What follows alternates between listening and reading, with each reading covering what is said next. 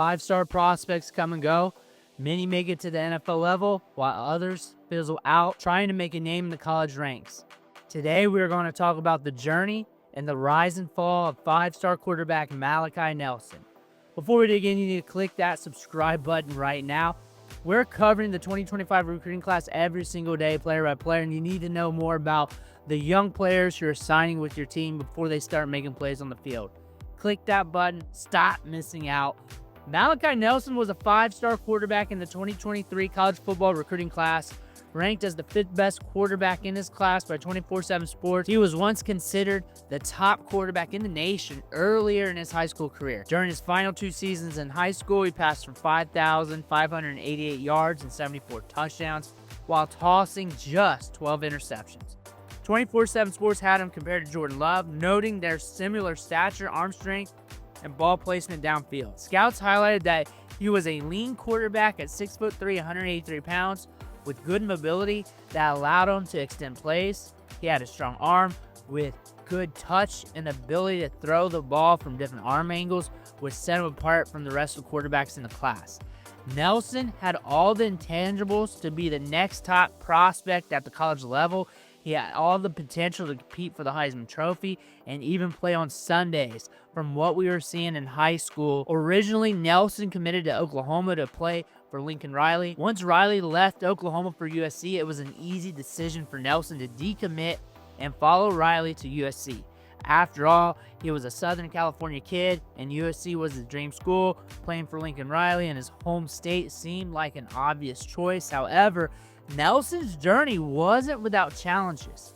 He suffered a torn labrum during his junior season in high school, opting out of surgery. He played through the injury during his senior season. Before starting at USC as a freshman, he underwent surgery on his labrum and wasn't cleared to practice until fall camp.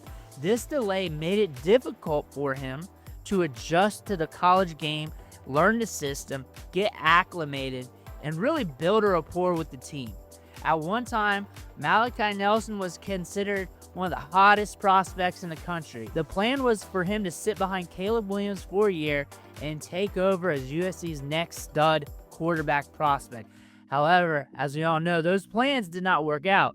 He didn't get many chances to play. The depth chart was log-jammed with talent at the quarterback position, and there wasn't any guarantees that Nelson was going to be the starting quarterback anytime soon. When the transfer portal opened up in December, there was a lot of uncertainty. Questions arose about whether or not Caleb Williams was going to declare for the draft. Backup quarterback Miller Moss had performed well in the bowl game and looked ready to compete. Speculation always swirled that Lincoln Riley might bring in a veteran quarterback through the transfer portal. At the same time, the portal offered many opportunities for players seeking starting roles. Nelson just wanted a fair shot to compete. Ultimately, Nelson decided to enter the transfer portal. Lincoln Riley called it unexpected, but wished Nelson the best going forward, and he was going to root for him wherever he signed. Nelson visited Boise State and fell in love with the atmosphere there. However, before the 2024 season, head coach Spencer Danielson named redshirt sophomore Maddox Madsen the starter over Nelson. Madsen led the Broncos to a 12-2 season and a college football playoff appearance. After not winning the starting job at Boise State, Nelson entered the transfer portal again. With 3 years of eligibility remaining, he turned down multiple high-profile offers. His belief in head coach Scotty Walden led him to UTEP, making him the highest-profiled recruit to ever play for the Miners. 2024 was Walden's first season at UTEP, a program with only 5 winning seasons since 2000. Their last winning season was in 2021. Nelson will have the opportunity to be the starting quarterback and potentially turn the program around. UTEP hasn't had a quarterback drafted since 2007, when the Washington Redskins selected Jordan Palmer in the 7th round. So far in 2 seasons, Malachi Nelson has completed just 13 of his 20 pass attempts for 128 yards and 1 interception. We do not have much experience at the college level, and we need to get a starting job soon to rack up that experience. The odds are stacked against Nelson. He struggled to produce at 2 collegiate programs and is now joining a UTEP team that has only had 2 players drafted since 2020 and 16 players drafted total since 2000. With 3 years of eligibility left, Nelson needs to dominate out of the gate at UTEP. He must transform into the 5-star prospect Lincoln Riley originally recruited. By taking this path at UTEP, Nelson is gambling that he has the talent to transcend the program instead of waiting for another opportunity at a bigger, more prestigious school. This decision takes a lot of guts. Many players in his position would transfer to a bigger program, compete for a starting job, for a fair chance to try and get that starting position. Instead, Nelson has chosen to be on the field, get a shot, and put his resume together at UTEP, a smaller program at the G5 level.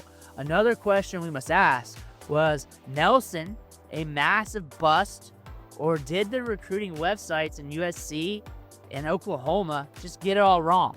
It's now or never for Malachi Nelson. Can he turn the page and rejuvenate his career? Or is it going to continue to be a sad story like we've seen so far? When we look back at Malachi Nelson, we're seeing a promising 5-star recruit who has had a rough go at it during the start of his career. Maybe we can turn it around. Maybe we don't. But the thing is, we do see some talent on tape, and we do see some potential. Let me know what you think in the comments below. Don't forget to hit that subscribe button on the way out. I want to thank you for watching. Catch you on the next video.